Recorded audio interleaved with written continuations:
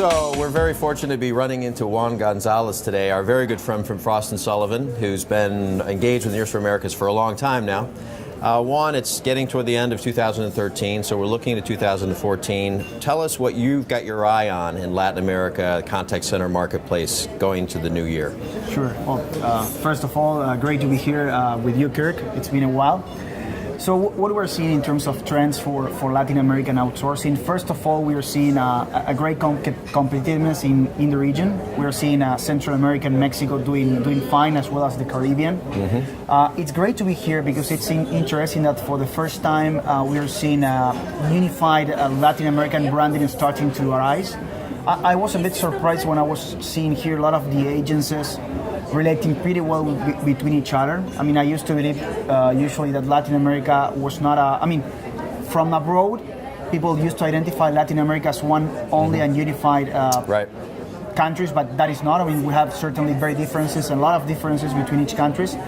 But I didn't know that from a point of view of foreign trade movement, it was some sort of trend going on that agencies which are trying to attract investment are working together to position the Latin American brand. So I think that is one of the key things that I'm seeing in terms of nearshoring for the short term, starting to put the LATAM name pretty high up in the US, in Europe, but mostly in the US, through a unified approach from several promoting investment agencies. That is in terms of nearshoring. When we take a look to Latin America, we are seeing some good moves in terms of new players.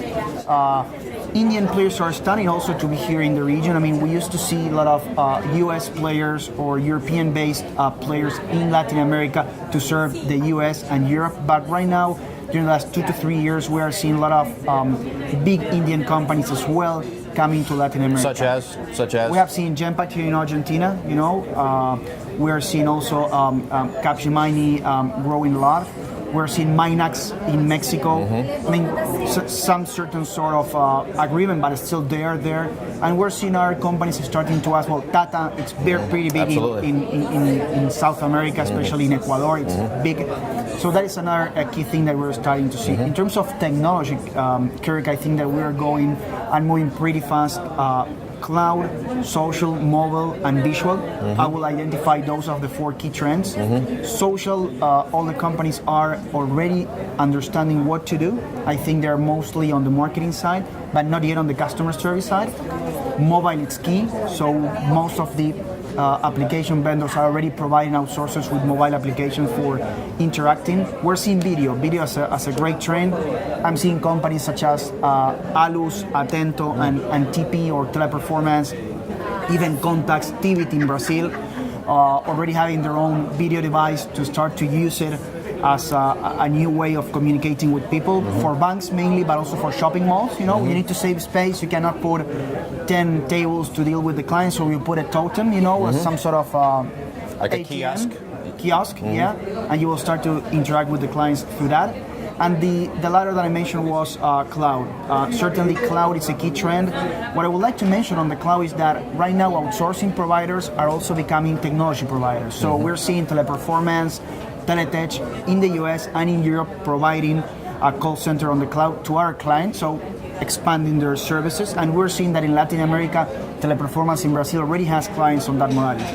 Wow, very interesting. So Juan, when you talk about the region representing itself as a unified region, specific metrics, I'm not hearing a lot of specific metrics around, we've got, 200,000 English speakers. Do you think we're going to begin to see some of this more awareness around a consistent set of metrics shared to the market?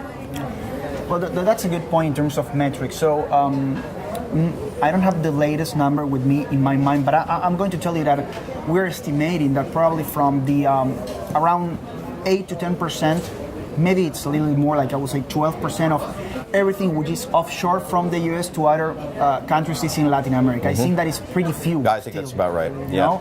It's pretty few. I mean, if you're thinking that only 10 to 12% of everything what is being outsourced from the US to other countries is being in Latin America is pretty few because of the proximity, because of the productivity, the ties, whatever you want to mention, that is still pretty few. So that's the first metric I would like to mention in terms of saying, hey guys, we already have this, but we can grow this far. So it's still pretty, I would say, pretty lot of opportunities coming for Latin America. Second of all, to your question, how many English-speaking people we have here in Latin America? That's a pretty difficult number to have, to be honest with you. We have been doing some projects in order to try to gather that, and there's no almost official numbers about that. We start to see, English private schools in some countries to see if they have some sort of number of students that they can share. So there's not a unified number. But what I can certainly mention that is not only the big question how many people do speak English in our countries, but also how many people that speak English are willing to work in the call center and BPO industry. So probably if you're an engineer and you want to have a work with Tata, you will be glad to do that.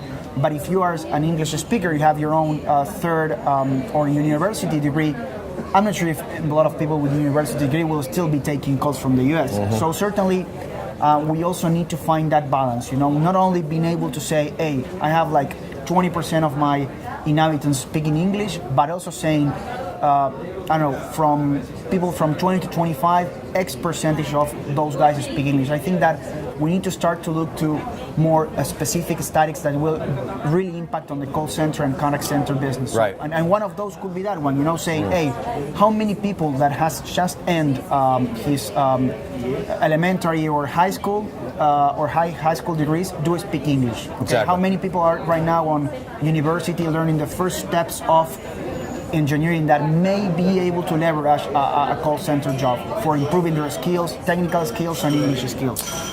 So I would say over the last 2 or 3 years, Juan, we've been all very excited about the rise of Colombia for BPO. It's certainly been a dramatic arrival of a country. But what other geographies are you looking at, or even secondary cities in the region that you think are going to begin to make a bigger name for themselves? Okay, that's a good point.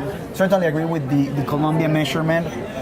Certainly we were seeing, besides Colombia, Peru in Latin America.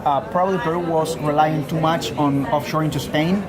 And lately, during the last 2 years, we're not seeing much growth through Spain. So probably Peru is still, of course, growing a lot, but not relying that much as we thought from Spain. So probably I think that Peru is right now looking forward to compete with Colombia as well on some sort of regional hub, okay?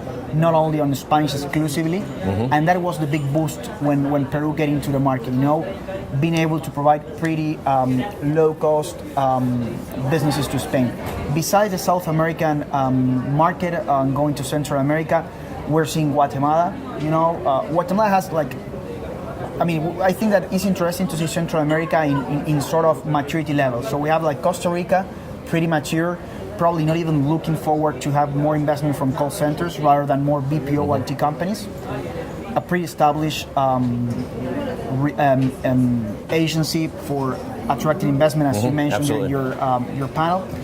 And then we have like some middle-aged maturity, like El Salvador probably, And then we have like a rising stars like probably Nicaragua. But when we take a look to the analysis, Guatemala is an interesting piece because Guatemala is one of the biggest, is the biggest population in Central America.